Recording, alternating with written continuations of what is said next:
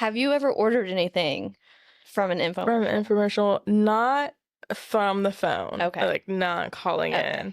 in. Have you? Yes. Only once, though. Oh, that I'm surprised by. Just once. What was it? Well, because I got scammed.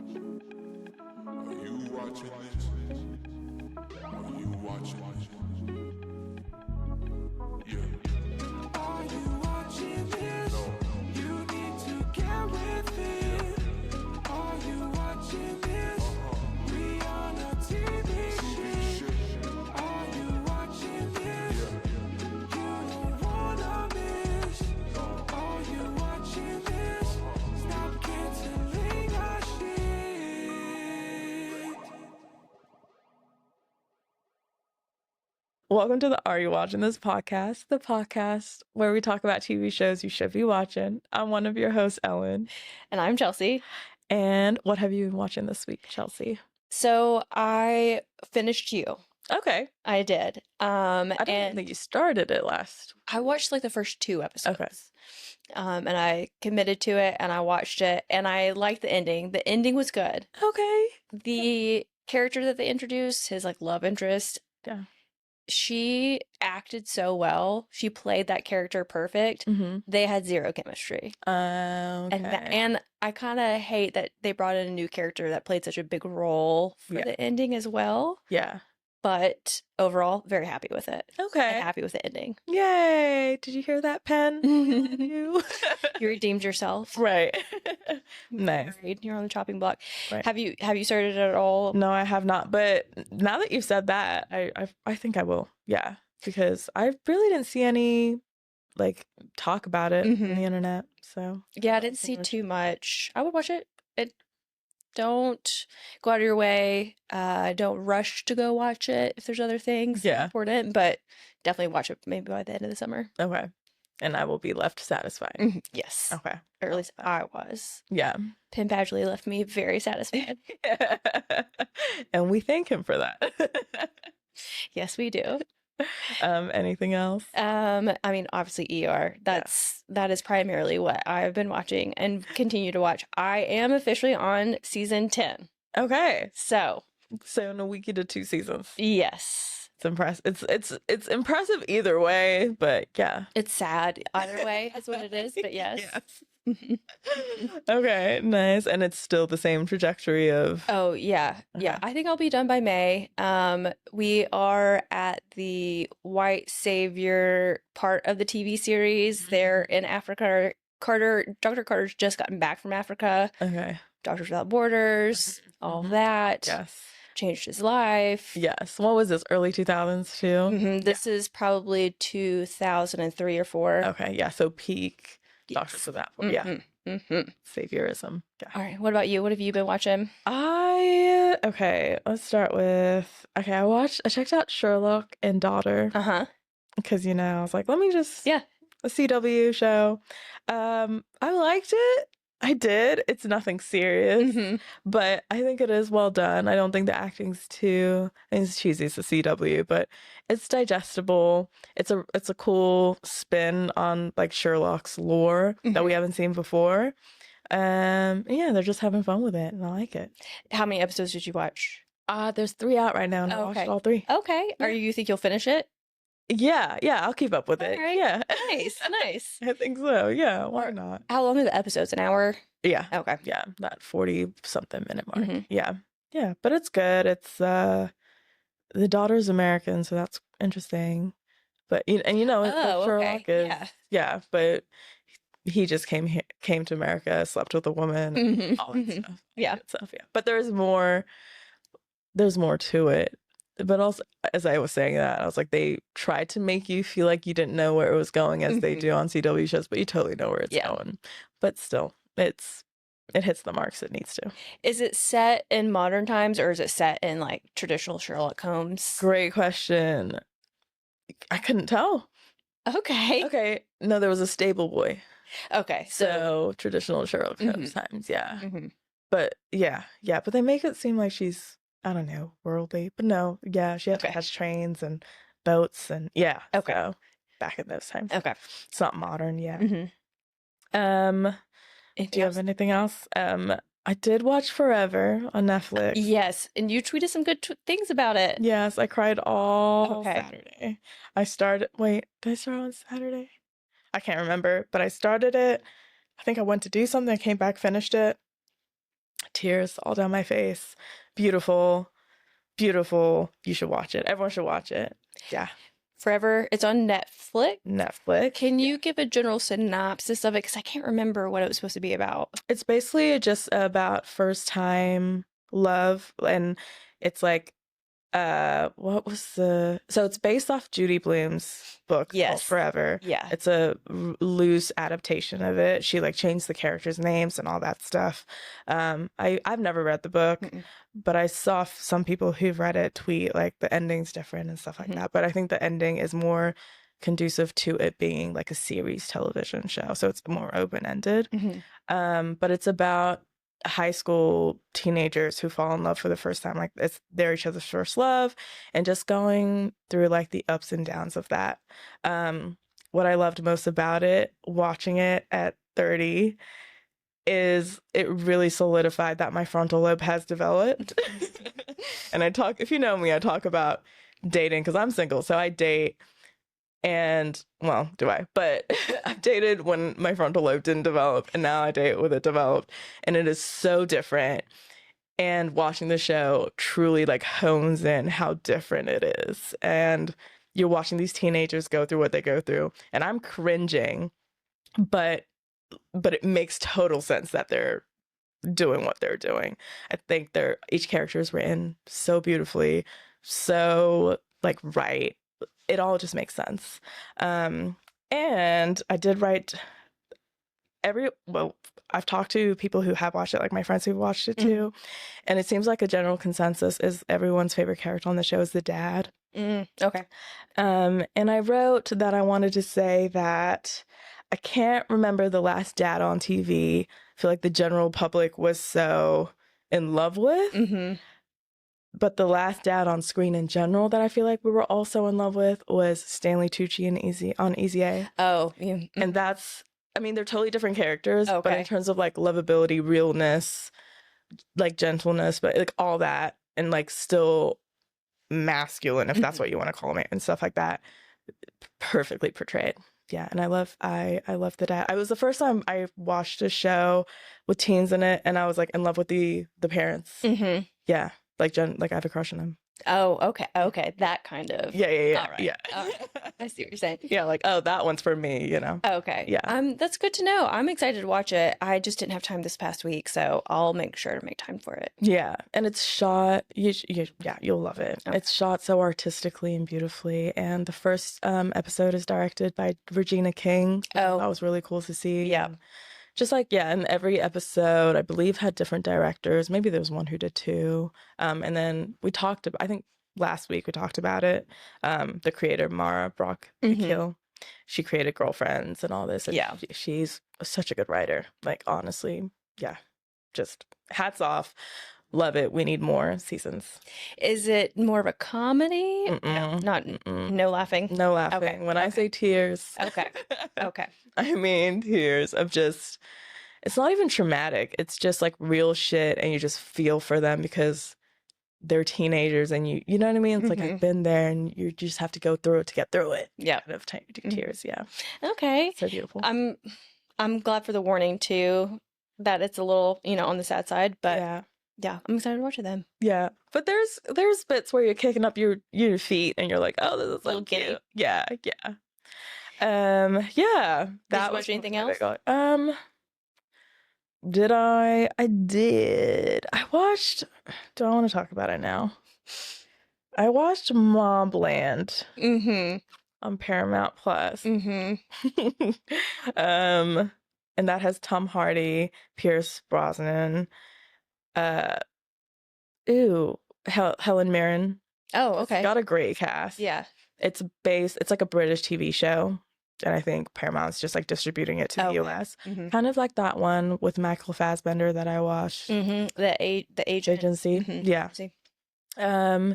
So it's about like two families, mob families, and honestly, if I give away the thing, it gives away the thing. So I'm not going to do that. I've been trying to figure out if I like it. What's throwing me is the cast. Mm-hmm. Helen Mirren plays a role. She's not likable. Okay. And I think in everything I've seen her in, she might be a little, I don't know, whatever, but she's still likable, right? She's the most unlikable I've ever, like, it's hard to digest, and that's throwing me off. Do you think that if otherwise you would really like it, or? Yeah, I think so. Okay. Yeah. I guess. Have I talked about my ageism on here? Yeah, a little bit. You said you don't like old people. Yeah. Helen Mirren, love her. Yeah. Truly one of the greats. But the way she moves in the show as an old person, I'm just like, how are you all just letting her just you could kill her. But yeah, we'll see. We'll let the plane land of where the show is meant to go. But it's good. It's worth checking out. Okay. Yeah. Because they also have that Landman show, the one with Billy Bob Thornton. And the premise seems good. Yeah. And I like Billy Bob Thornton. Yeah. But I'm just not sure about that show. I'm not, either. Maybe I will check it out though, because I kind of had the same feeling about Mobland. Yeah. But you said you like it, so maybe I'll check out. Yeah, they're totally different. So, Landman, there was a show. Oh, the lady who played Avatar. What's her name? Zoe Saldana. Yeah. She's also on a show on Paramount Plus. And it had like a second or third season, and everyone was like tweeting about it in real time when it was on. And I did watch that over Christmas. Then I looked up like information about that show. So the creator of Yellowstone, that show, Landman, is like all the same person, or 1880 and all that stuff. And I have no idea how he's gotten like the ability to make all these different vast shows, but they do have like a common thread. And I watched Yellowstone. I watched the Zoe Saldana one, and I feel like if I watch Landman, it's gonna have that same common thread. And I don't love that. Okay. Yeah. Yellowstone. That was a show. That was a show. Very politically correct of you, Chelsea. Yeah. That was a show that Drake started without me, and I very much did not. And I just watched some episodes, some seasons. Like, I didn't even watch, but I would watch a whole season, but then I wouldn't watch the next one. Yeah. And then I'd watch the next one, but then just kind of whenever. Yeah. I think you put it greatly. Some show. People love it. I mean, I always wanted to see what happened next. Yeah. Yeah. They end the episodes where you're like, well, I gotta see what happens now. Yes. But then I found that when I do see what happens next, I'm very let down. Yeah. I'm like, oh, okay. Okay. But then that episode ends. Yes. And that's the same as the Zoe Saldana show. Okay. Yeah, I'm sure the Landman's the same way. Yeah. Yeah. But I'm happy for everybody involved in all those shows. Have you caught up on Last of Us? No, I did not watch last week's episode or this week's episode. Okay. Yeah. The episode 4, which is not this week's but last week's, is good. We don't get a full spinoff, but we have scenes that are from the past. Okay. So we're starting to introduce that, and Jeffrey Wright's in it. Because he was in season 1, wasn't he, for like 1 or 2 scenes? Yeah. Wasn't he? Yeah. That seems familiar. Yeah. And so I was excited to see him. And that I remembered his name because I love him as an actor, and I can never remember his name. I feel like his name doesn't suit who he is. He has so much character. And that name is the most so plain. Yes. Most generic name. Yeah. It might as well be John Smith, honestly. So when you do think about his name, I feel like we do think Jeffrey, but we're like, nah, that can't be it. I really think like, oh, is it like Michael John or like something? I don't know. Yeah. I'm just thinking of the most basic names. Good old Jeffrey. We love him here too. Okay, so you just had the ER, and Caught up with or finished And you and yeah, Last of that's Us. it. Okay. Yeah, all I had was Forever, Sherlock Daughter, Sherlock on and Daughter, and Mobland. Yeah, Yeah. that's about it. Okay, nominations for your considerations. I am nominating the studio for best comedy, and I think you have already nominated it, so I'm throwing in a double nomination. I'm just solidifying the fact that it 100% needs to be nominated, and I kind of think it's gonna win. Okay, so I ran into a Variety article of, I think they made their own predictions list of like nominations, and then they also put who they thought they were going to win, and they had the studio for it winning.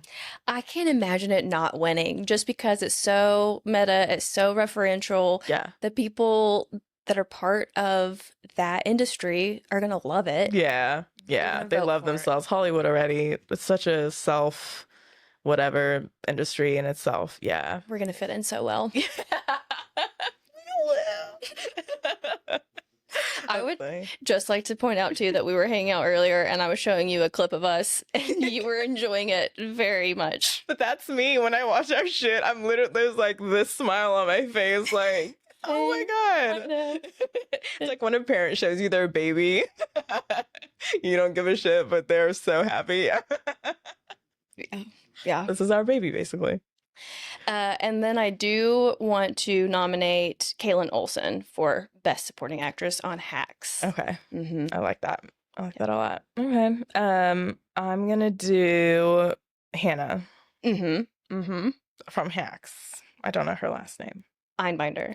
Yes. I just didn't know how to pronounce it. Honestly. I don't know. I don't know how to spell it. Also, when I was watching Hacks, I was like, wait, did Chelsea get the Hannah haircut? Yeah. Not intentionally, but yeah, I've been watching the show and I'm just like, okay. Yeah. Okay. You're both rocking it, honestly. I also feel like this blazer's kind of... Yes, very Hannah. Yeah. Yes. Ava Daniels, business casual. Exactly. Yeah, the last episode that she was in of Hacks, I guess episode 6 she was so good. Yeah. I think that's been her best performance on that show. Yes. Maybe altogether. Yes, I agree. And would she, again, we'd have to look it up when we finalize everything, but I don't know if she's supporting actress. I'm guessing. I think so. I don't quite understand those rules. Yeah. Because it has to do with like time and the amount, the number of episodes. Yeah. Well. Yeah. And Jean Smart's definitely lead actress. Like she's won before as well. Yeah. Yeah. So yeah, it would be interesting to see. But I'm nominating her. All right. Perfect. Supporting the ladies. Yeah, look at us. There was another one. I'll do it next week. It was a past. Okay. But I didn't write it. Yeah, okay. But we'll do it next week. Okay. Anything else you wanted to add? No, that is it. I think that's the quickest we've ever. Oh yeah, that was pretty quick. Gone through that. Okay, so the topic of the week. That gives us more time for the topic of the week. Right, and it's a lot. Yes, we were together earlier, and I was like, infomercials, that's the topic of this week. There's a lot about it, and it was very interesting, actually. So I'm excited to talk about it. I also feel like I did my notes really well, so hopefully it comes off that way, everybody. All right, infomercials. Definition: a television program that promotes a product in an informative and supposedly objective way, including a discussion or demonstration. So short story long, there are program length commercials. Infomercial, obviously information, commercial, that's how we got there. They're typically 28 minutes 30 seconds or 58 minutes 30 seconds in length. It's so specific. I know. And they also include it has to include a toll-free number or like a website. So there's a direct response from the audience to what's being marketed. Infomercials started in the US, land of capitalism, so shock horror. We didn't see that coming. Where they were shown overnight and early mornings, so in between 1 a.m. and they put 9 a.m., but I don't know. Some TV stations chose to air infomercials as an alternative to signing off. Mm-hmm. Do you remember TV stations having like late at night, like just nothing, like they truly signed off? I don't think I ever saw that on TV. I think Yeah. that was before my time, but I definitely know that that was a thing because they've referenced it in media, Yeah. movies and TVs a lot. Yeah. Okay. When I read this, I was like, oh yeah, they used to do that. And again, I don't know if it's because I've read it so much or heard it so much or if I've seen it. Mm-hmm. But I swear I saw it.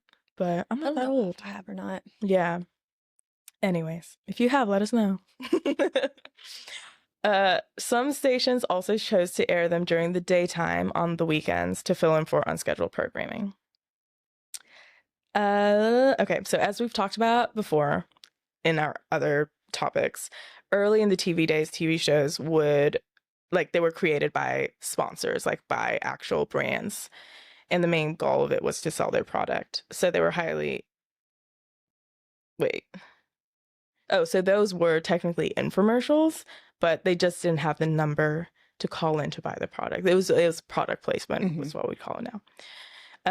So infomercials, yeah, is a form of direct response marketing, and featuring between 2 and 4 internal commercials of 30 to 120 seconds. So either 30 seconds or to 120 seconds, which invites the viewer to call in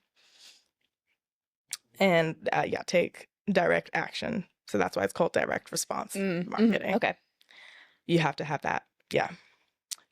Some imitate talk shows and try to like downplay the commercialism of it all, and others develop like a storyline around it. And those were called storymercials.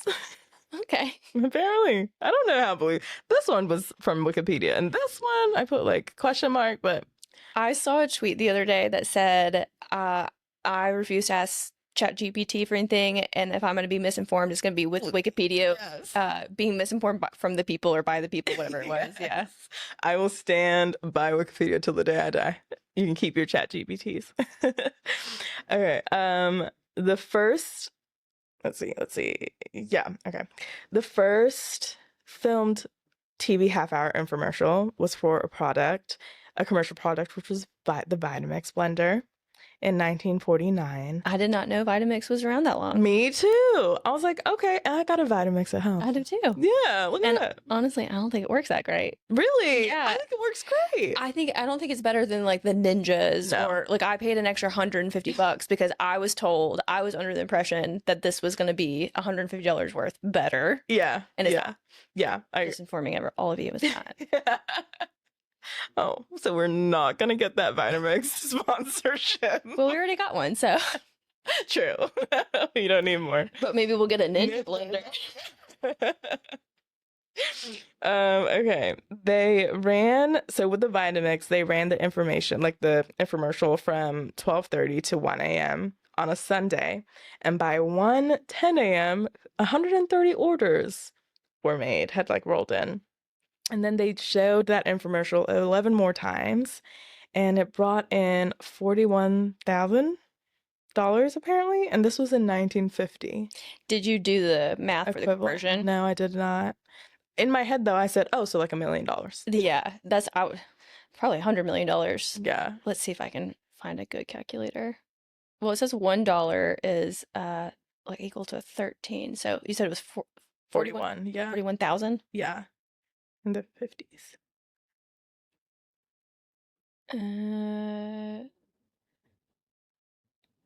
500,000. Okay. Yeah. $544,056.39. Okay. That's decent. Okay. So let's see. The FCC, being the butts they are, the Federal Communications Commission, started to impose limits on the amount of adverts you could do. So companies had to stop making infomercials, and they started just doing product placements. But they did allow a few infomercials, or a few infomercials were allowed. Companies found a loophole, and one of them was an infomercial for the greatest hits record sets. Oh, yeah. Because they devoted like that airtime to snippets of the song, and that wasn't like considered advertising, like if you played the music, which I thought was a funny loophole. That isn't really interesting, and because those ones are so long too. Yes, exactly. And then another one that existed when like the FCC had the restriction, I didn't look this up, but the Shopsmith power tools. Oh, yeah. Actually, I have one of those. Oh, Yeah. Well, I don't use it, but it's in our basement. We have one. Yeah. okay. Actually, I think we might have two. Did you get it from an infomercial? No, these things are, I don't think they make them anymore. Okay. They're really old. And Shopsmiths, they will do everything. Like it'll be like a bandsaw, it'll be a sander for you. It will, I think, plane stuff. Yeah, it's like a one and all, and you get all these. It's kind of like the KitchenAid mixer for the basement or like for the shop. Yes, yeah. That's very cool. Of course you'd have one, by the way. You and Drake. It was Drake's grandfather. Okay, there we go. I bet you he got it from an infomercial. I'm just gonna put it out there. He probably did. Yeah. Or the Sears catalog. Yeah. Then in 1981, the FCC lifted the limits on program length advertising, first on radio, and then in 1984, they eliminated it altogether on TV too. Okay, so this I thought was really cool. A guy named Kevin Harrington, who is nicknamed the infomercial Godfather, first aired his infomercial in 1985. And apparently it was like that Vitamix one. We'll get back to, but those dates, guys, Wikipedia. Anyways, so Mr. Harrington, Kevin Harrington, I'm just going to throw this out there. He was born October 15th, a day before me, and is from Cincinnati, Ohio. Libras. You know, brilliant, apparently. They said the innovation of replacing the traditional off-air time, the traditional off-air time. So when like networks, when it's like 1 a.m., it's just shots off airtime, with entertaining, like with infomercials, was pioneered by him. So he was the one who ushered that, filling in the time slot with infomercials. He was the president of National Media, and he like personally oversaw the launch of several successful infomercials. He then left National Media in 1994, which was the year I was born, and entered a joint venture company with the Home Shopping Network. Okay. HSN. Okay. Where he served as the CEO and president from 1994 to 1998. For HSN? Yeah. Okay. Which, to inform you all, is going to be our topic next week. Yeah. So that's perfect. Yep. He then went on to be the president, CEO, and chairman of several other companies. And then in 2009, he was one of the original panel members for Shark Tank. Really? Yeah. Kevin, I'm gonna have to look up to see what this guy looks like. That's exactly what I did. And he looks like way younger than I thought he would. He's currently 68. So in 2009, that was 15 years ago. I can't do math. 15 years ago? So he was 53. Yeah. And he was only on for 2 seasons, though. He left in 2011. I love Shark Tank So much. I won't actively watch it, like, Yes. oh, I'm gonna watch it. But every time it's on, I'm there. sucked in Yes. immediately. It's my father's favorite TV show. I watched it a lot with my family. Yeah. It's a good family show. Yes, it is. It's like a great way of being an infomercial. I mean, their products end up being infomercial products anyway, Yeah, 100%. Because like Scrub Daddy, they didn't even invest in it. Yeah. I don't think. Mm-mm. And it became huge. Yeah. Because they were on there. But Shark Tank takes 10% if you're on the show, whether they Oh. offer you a deal or not. Oh, I didn't know that. Just to be on it, because you're getting free advertisement. Real. Okay. Well, I've got a Scrub Daddy at home. I do too. Look at that. Okay. So then let's see, where do I want to go? Okay. In 1976, we're tearing off from Mr. Harrington. This is just another fun fact that I was like, oh, this is cool. In 1976, a singer from Long Island named Peter Lemongello. Limoncello? Like the drink? Lemongello. Jello with a G, right? Oh. Okay, Lemongello. Oh, okay. Lemongello. Okay. He bought a commercial airtime on New York TV to sell his album Love 76, like 1976, directly to the public via a 2-minute infomercial. This was the first time an unknown singer marketed music directly to the consumer without a record label or marketing team. And then he sold over 1.8 million records, and it made him an instant celebrity. Should we make our own infomercial? Listen, this is why I had to bring it up on this podcast. Well, when I Googled it too, there were a lot of articles about how to write an infomercial. And like direct, I'm like, are people trying to do this a lot? I don't feel like that's a thing that much. No. And then I saw ours how to like host an infomercial. Yes. All right. You know, we're talking about writing a TV show, but maybe we need to start with an infomercial. There, yeah. That's what the big bucks are. I mean, I'm sure we could get it on local broadcasting. Yeah. Right? Like at 1:45 in the morning. Yeah, definitely. I wonder how... Yeah. Would you have to pay for an infomercial placement? Yes. You remember that TV show I told you about, Small Town Security? Yes. They didn't have an infomercial, but they had their own, they might still, TV show on the local Georgia public stations, and I did watch it as a child. I remember it being on TV. Wow. Yeah. So it can't be that expensive. No, it cannot be. What was it, like a half hour? Probably. Yeah. You know what? I can just go down to News Channel 12, talk to Chip Chapman. He'll probably just give me some free time. Probably. But it would definitely be a 2 a.m. slot. Yes. But, you know, anything's better than nothing. Gotta start somewhere. Okay. So then after that, this is where the fun fact comes in, actually.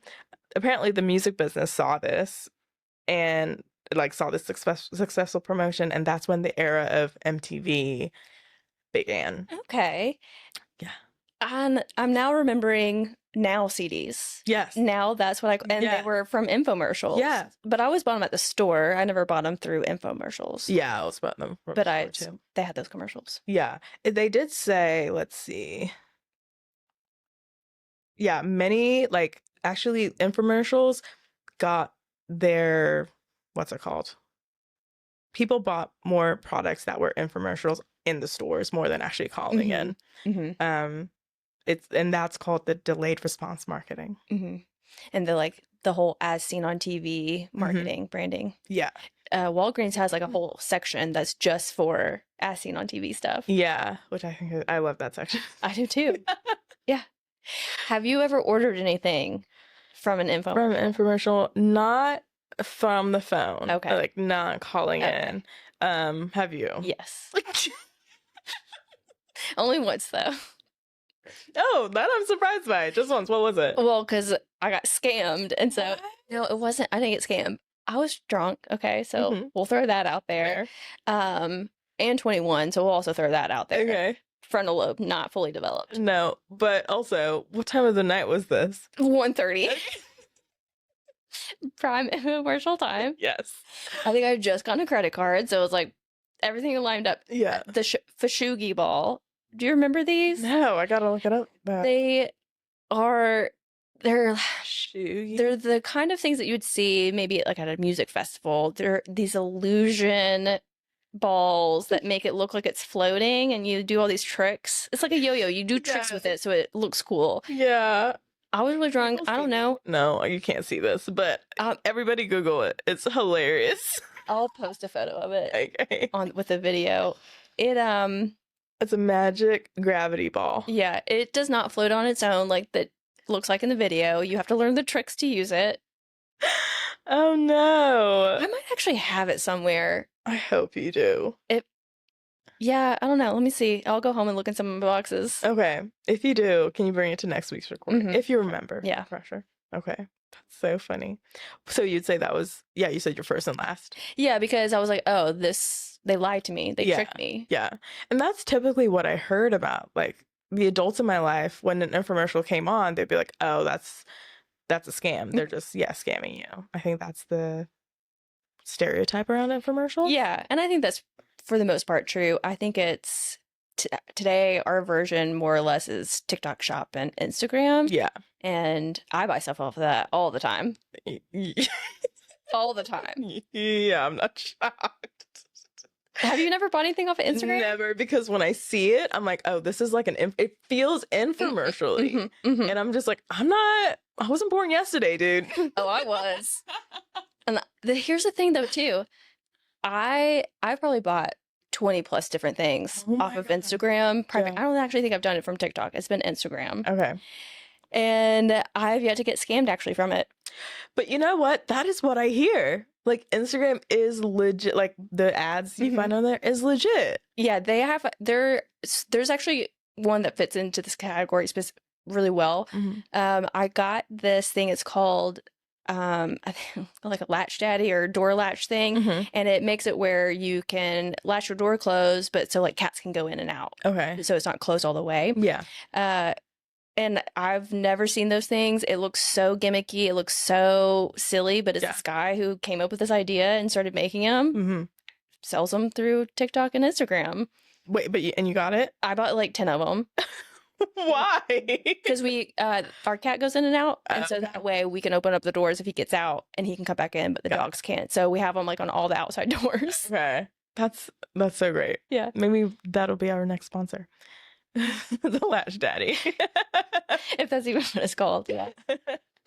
Okay, let's see. I feel like I had another fun fact about Kevin. Your twin flame, apparently. Listen, he was. I need to sell him an idea. Apparently, he knows. He's looking pretty good for his age too. Yeah. See, he looks younger than. Yeah. Okay. So then. Okay. And by 2009, most infomercial spending in the U.S. occurred outside the traditional overnight hours. And it's said to be worth like it's a over $200 billion industry. I saw that. Yeah. Did you see that from infomercials.com? Yes. But you know what? I appreciate that they have a basic website. You know, I don't know. That's amazing that they bought that domain. I know for a fact, because of looking at that website, there has to be conferences, and I want to go to an infomercial conference, and I want to meet with these people, because it's a $200 billion industry. You're telling me they're not meeting up a couple times a year to discuss They do. I wrote this down, but then I was like, let me not. I took it out, but apparently there's like a member organization of infomercials, and you can join it. And it was started maybe in the 90s. Maybe we can win an award for our infomercial. Maybe. But yeah, it's in DC, so we'd have to go there.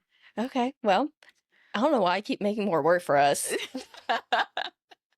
Honestly, I'm just gonna quit my job. Sorry, family. I got better things to do. They'll love that. Then, okay. So infomercials, you gotta like share your. Well, no, you don't. Okay, so some suppliers, advertisers don't like sharing profit with retailers, so they use the word "not sold in stores" during their infomercial, because when you see a scene by TV, that means that store has a percentage. If you watch Shark Tank, you understand. Yeah. And honestly, I feel like everybody should watch an episode of Shark Tank. It is great TV. Yeah. Yeah. Would that be considered reality TV? Probably reality, like competition TV. Yeah. Yeah. Or I guess competition TV, maybe. Yeah. What else can I tell you guys? Oh, yeah. Okay. So in the early 90s, infomercials would offer free trials of personal care products with like an 1800 number that you can call in. But they also used it as a way to like collect basic information, like basic marketing information. Data collection, exactly. The OG data collection. Exactly. Wasn't that so much better though when it was manual? Yeah. And they weren't just scrubbing it, like grabbing it wherever they can. Yeah. And then I wanted to ask you, I mean, first of all, there would I feel like there's definitely there's a couple of houses in America where a person was around during that 90s era of infomercials offering free samples and called in every single time, and it probably has like a stack in their house. Would you have called during that time? Do you know the answer to that? Yeah. I'm so glad I know you this well now, by the way. This is so great. We've come such a long way. The only thing that I will say is this is what exactly would happen. I would go full force. Every time I saw it, I'd be calling in and they'd be getting my data and I'd be giving it to them. But I would get too much of it and then I'd be like, this is wasteful. I'm not even using all of it. And then I would stop cold turkey. Okay. It would be like, I would just so much of it and then never again. Okay. Yeah. Okay. So it'd be like a hyperfixation at first and then you just like stop. Okay. Gotcha. Then,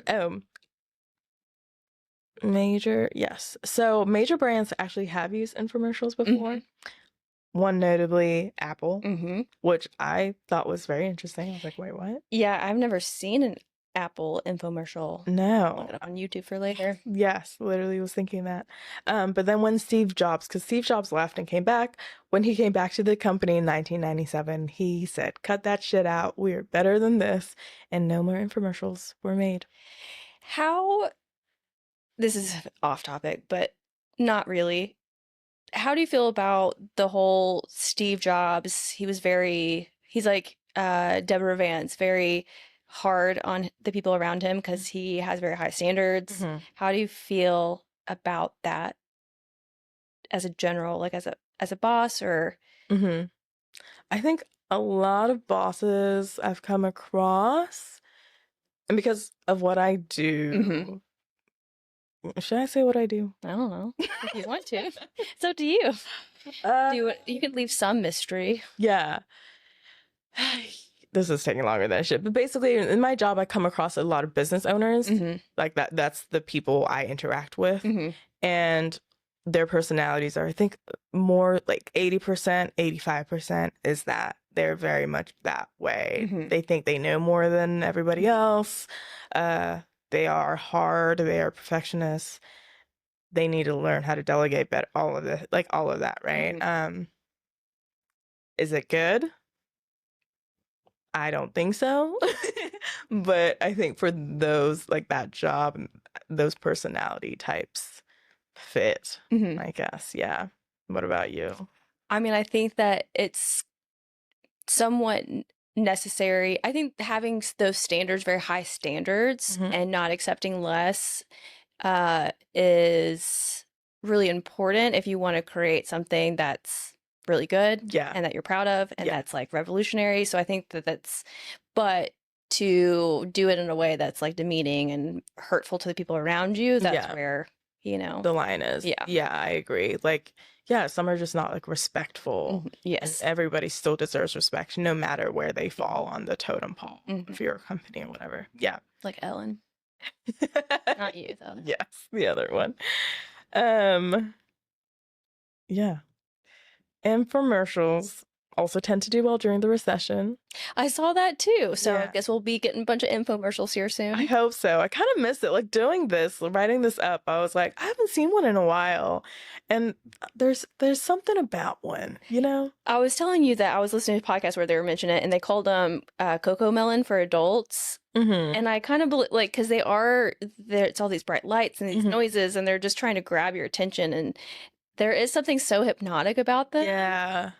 And I like that Coco Melon for adults. Yeah. That's hilarious. Yeah, because if I do see an infomercial, I watch it. Yes. And then you do for a split second are like, do I need this? Like, they're not wasting their time. They do. I see how they're a $200 billion industry. Yeah. Man, we got to come up with something and get an infomercial out there. Even if it's, I don't know. We're just going to do an infomercial for the podcast.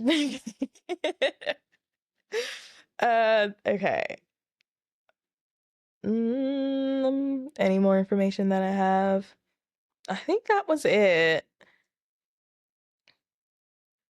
Yeah. I mean, and then at the end they said like the term was obviously originally applied for television programming, but now it is also referenced as the TikTok shop and the Instagram ads. Like those are technically infomercials. Now it basically says like if it's a presentation, any presentation on video which is trying to promote something and sell you something, that could be considered an infomercial. Then that's like most of what we watch. Yeah, pretty much.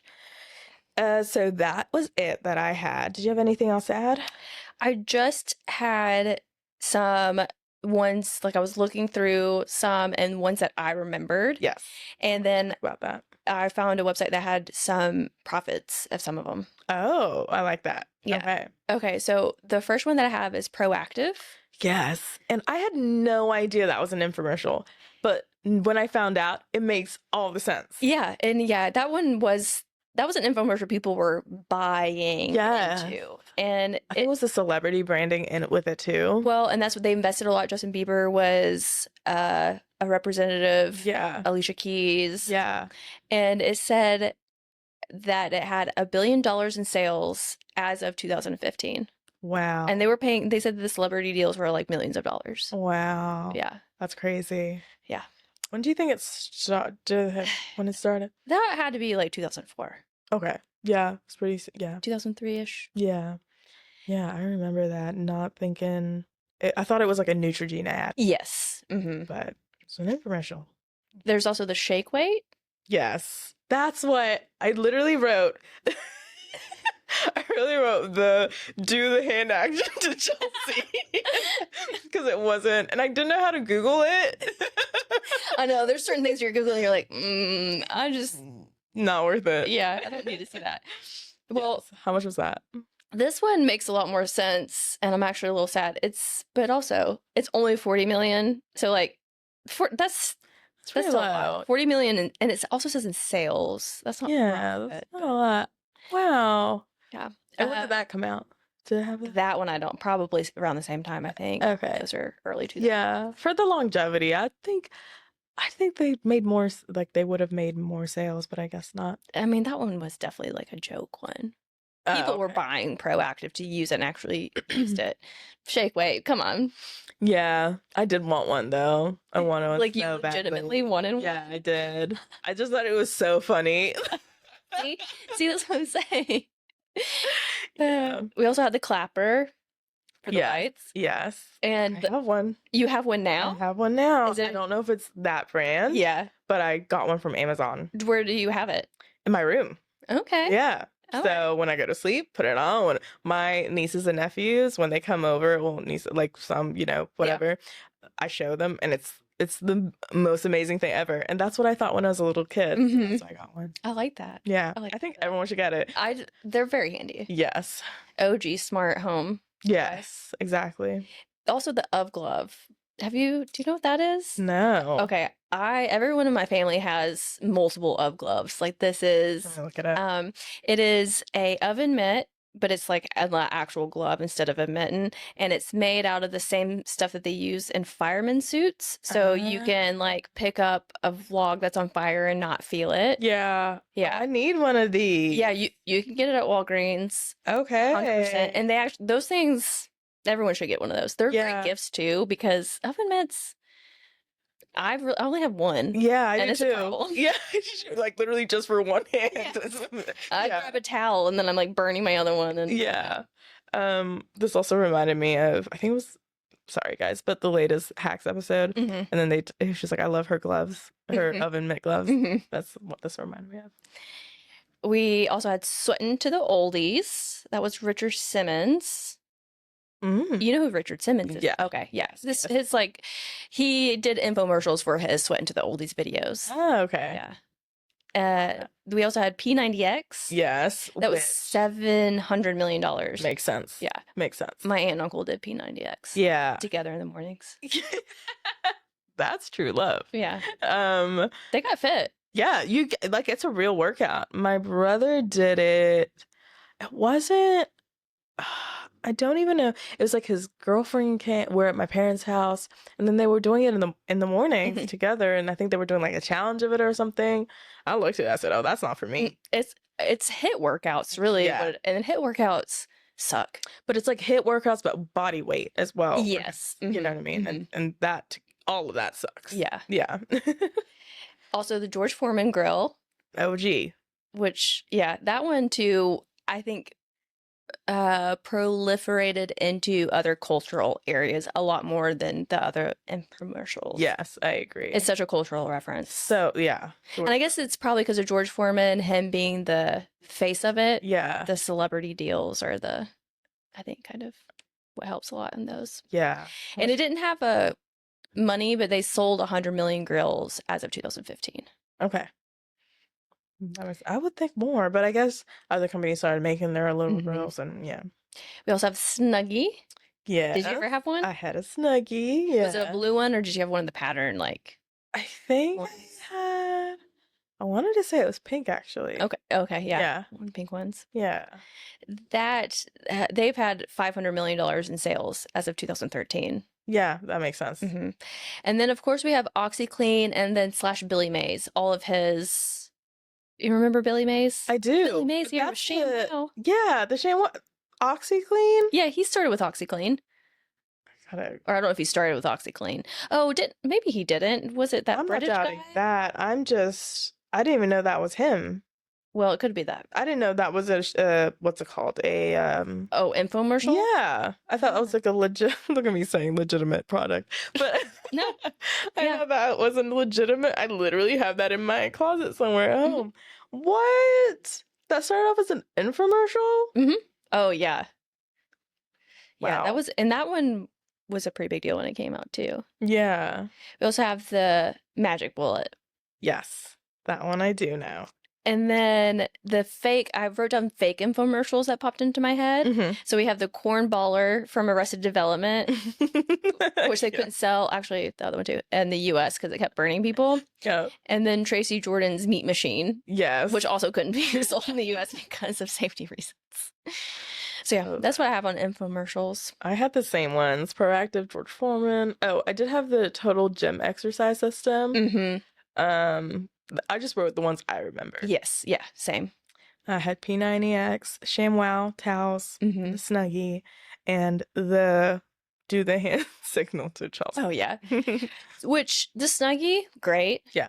The shake weight, silly. Yeah. The ShamWow, kind of disappointing, just in that it was just you tried it? You got one?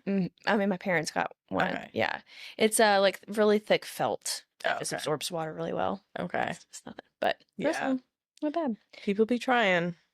You know, that's all you got to do. Just make a product, throw it out there, infomercial it. But I feel like a lot of TV shows have been like, so with Hacks, Deborah, she had like all her products and she did infomercials. I feel like a lot of TV shows now reference that, or even the movie with Demi, is that how you say her name? More Substance. The Substance. They also did like a little infomercial bit in that movie. I feel like it's a cultural reference, but like also a showing of time or an age. Also, like I think older people are like, clearly more into it, but it was of that time. But I miss them, and they should bring them back. Well, I mean, according to infomercials.com, they're not going anywhere. No, they're not. They've just made it so younger people can interact with them more through social media, which smart. So smart. I hear the TikTok shop's a dangerous place. It is. If I see anything on TikTok shop I want to buy, I just go look for it directly online. Okay. Somewhere else. Okay. Yeah. So is it like an Amazon shop? Yes. The TikTok because they get commissions off of it. Okay. Yeah. So you can put your product there. And okay. Interesting. Good to know. Yep. So I'm not missing out on anything, really. No. And anything that you can buy on TikTok shop, you can also buy on Instagram. Okay. And Amazon. So. As Chelsea has done many a time. All right. Well, that's all I had. Yeah, same. Okay. Perfect. I loved this topic. I know, and I think it's going to lead again so well into next week's episode, which is going to be HSN/QVC. Yes. So yeah, I'm every one of these topics, I'm always just so happy and surprised by how much we learn. Me too, and we hope you're all learning too, because there's an epidemic going around. And we are nothing if not an educational podcast. Exactly. All right. We'll speak to you guys next week. Oh, did you not have anything for the press release? Yes, I did. I have a whole bunch of guys. I mean, we can go if you're no. You're ready. No, I have a bunch. All right. Let's start with. All right, let's just start with the top. I sent you this. Golden Globes added a podcast category. What are your thoughts? I don't understand why the Golden Globes are doing that. I mean, they do shows and movies, so I guess it's one of the award shows where they all entertainment, maybe. But it's not an entertainment award. No, and the podcasts do have their own award shows. Yeah. So I love it, and we're gonna win it though. So 100%. Like, I'm sorry to everybody who is actually very famous and has like everybody famous has a podcast now. I feel like Dax is probably gonna win one and all that stuff. But that's another thing. I really think it's gonna be like a not nepotism, not favoritism, but that. Like, I don't think it'll be. We're not gonna be nominated. No. Yeah. I mean, we are, but we're not. Yeah. We're not. I don't know. I just feel like. So, have you heard of the podcast The Read? Mm-mm. Okay. It's Crystal and. Oh my gosh. Oh, Kid Fury. Oh yeah. Yeah. Okay.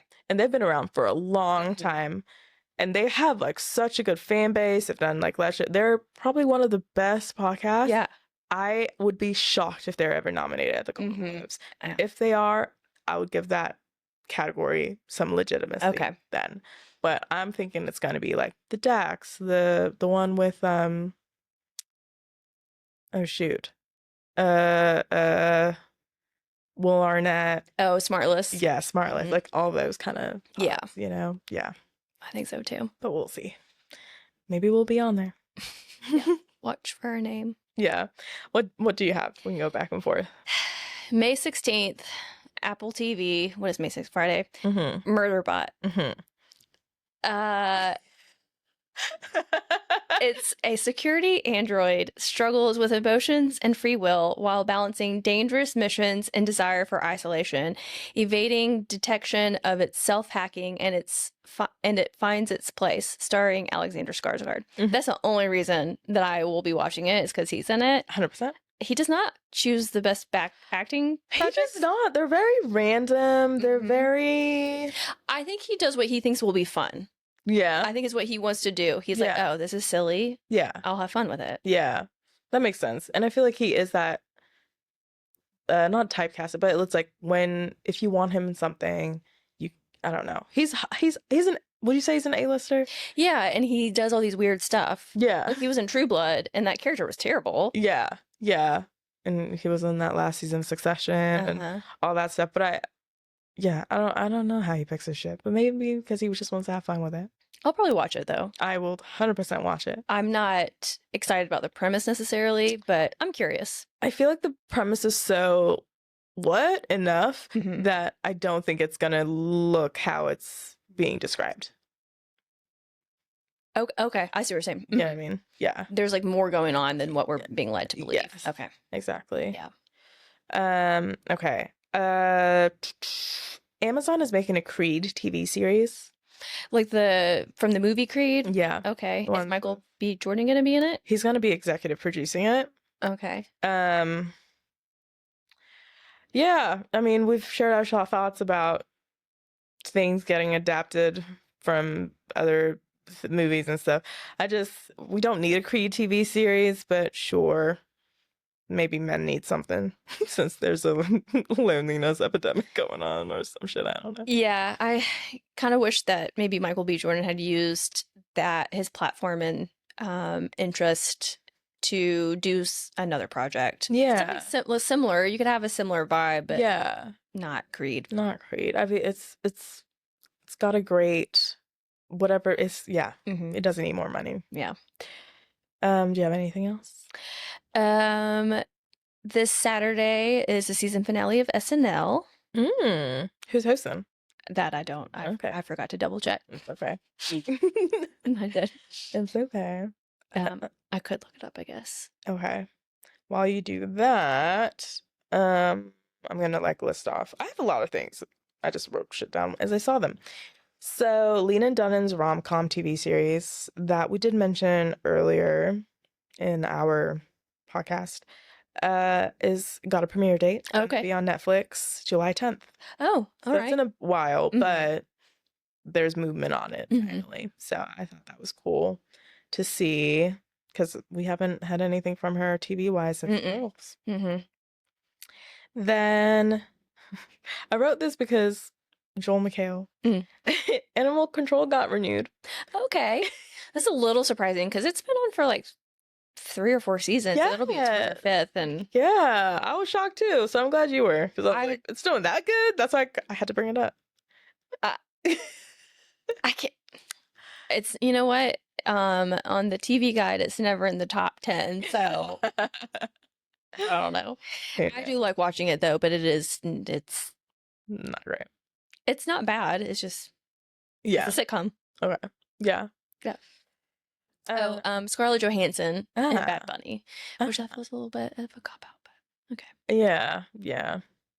Did you see? Okay, Disney Plus is gonna have this show called Nine Puzzles. It's based off of an anime book or No, it sounds really cool. manga book, but it says, I don't know how to pronounce the character, but they find her uncle murdered beside a puzzle piece, but can't explain the present. So 10 years later, as a criminal profiler, she investigates murders where victims are found with similar puzzle pieces. Oh, that's cool. Yeah, the premise sounds super interesting. It doesn't look like a show that I usually would watch, Yeah. but I liked the premise a lot. Yeah, I'm gonna check that out. I haven't watched anything on Disney Plus in a while. Currently, yeah, Andor's and you didn't watch Daredevil? No, I haven't started that yet.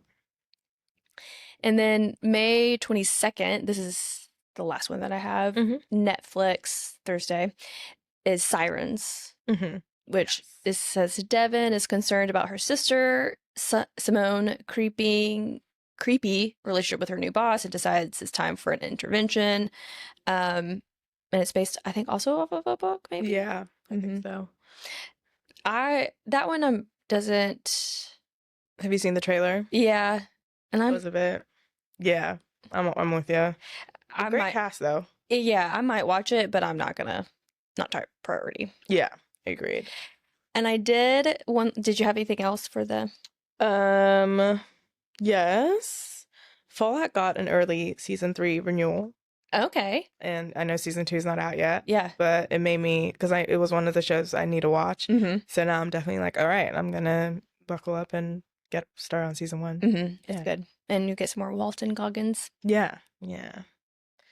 Do I have one more?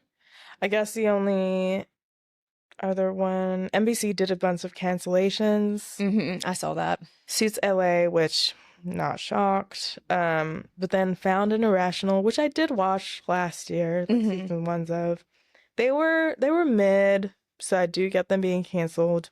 But they did have black leads, so it's sad that they got canceled. Yeah. But I just hope NBC replaces it with like something of no. And they were procedurals, like murdery procedurals, investigative procedurals. And then also Night Court was canceled. Okay. Yeah. And that was on its 3rd season. So somebody's watching it. Maybe somebody. 3 seasons? Yeah. 3 seasons of that? Yeah. I thought, somebody's listening and they watch it, just delivering the news. Night Court was one of those, they reference it in 30 Rock, and I really thought it was a made-up show until they did the reboot, and then I was like, oh, it was a real show to begin with? Yeah. Okay. Did you watch the reboot? No. Okay, neither. It looks like, even the reboot looks like it. Like when I see just a photo frame of it, I'm like, this looks... It looks like one of the fake promos they would play at the bottom of the screen on 30 Rock. Yes. I think that was it from me. I mean, the Bear season 4 promo came out, but... Oh, it did? I didn't see it. Didn't know release date yet, though. Oh, the release date. Yeah, that's what came out. Not a trailer, and a poster, and then the release date, June 25th at 8 p.m. All 10 episodes are going to drop. Okay. That's what they wrote. Just delivering the news. But yeah, that is it for me. What about you? The last thing I want to read to you is the TV guide horoscopes. Oh, yeah. Because we're about to get a new TV guide. So, okay. Libra. You are building something solid. It is a marathon, not a sprint. Keep showing up, even when it feels boring. This is how dreams are made real. Your persistence is paving the path. Create a beautiful ritual around your daily tasks to stay inspired and connected. Wow. That was so much more hopeful than the other one. The other ones. I'm like, okay. Mine, not so much. Leo. Cash flow concerns are not random. They are redirects. The universe is helping you get savvier and more spiritually aligned with abundance. Learn the lesson and then level up. There is gold in your recent money worries. Track your spending. It is more revealing than you think. Damn, pocket watching. Rude. Right. I do track my spending. Thank you very much. She cancels subscriptions. Yeah. To track. Do. So rude. That is funny. Wow. Well, I'm gonna have a great week. I mean, that one, yeah, that is good. Told me to stay on my path. I will. Better than mine. I did have one more. Oh, okay. I didn't really, but did you ever see that whatever promo or talk that Tracy Morgan and Daniel Radcliffe were going to be in a show? So, and also the girl from Living Single. I know. I can't remember her name too. Erica something. So it got a series order by NBC. Okay. Yeah. So maybe that's why NBC canceled all those shows. Maybe. I mean, I hope that comes to fruition and that it's good. Yeah, me too. You're this time. Me too. I bet it's gonna be really weird because Daniel Radcliffe only does really weird stuff now. Yes. I love it, but yeah, that's very weird. And Tracy Morgan is also just so he's just a strange man. Bizarre man. Strange man. That's it. That's all I got for real. That's all I got too. Perfect. Well, we'll talk to you guys next week. Have a great week. Bye. Bye.